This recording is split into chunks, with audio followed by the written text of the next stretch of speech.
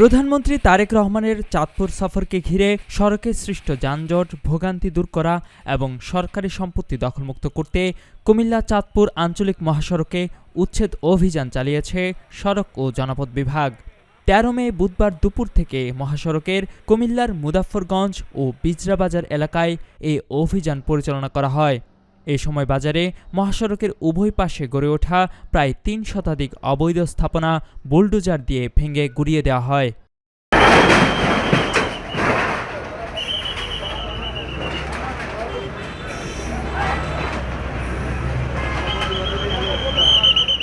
এদিকে ব্যবসায়ীদের দাবি, উচ্ছেদের আগে প্রশাসনের পক্ষ থেকে তাদেরকে অবহিত করা হয়নি। আকস্মিক এই অভিযানে তারা ব্যাপক ক্ষয়ক্ষতির কবলে পড়েছেন।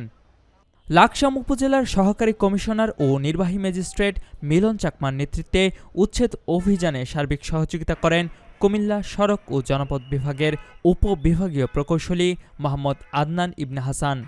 এ সময় তিনি বলেন, মুজাফফরগঞ্জ ও বিজরাবাজারে সড়কের সম্পত্তি অবৈধ দখল ঠেকাতে এই উচ্ছেদ অভিযান।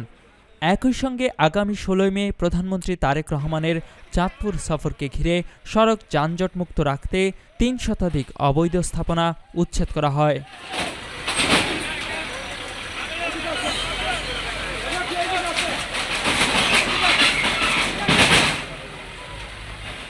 কুমিল্লার কাগজ, নিউজ ডেস্ক।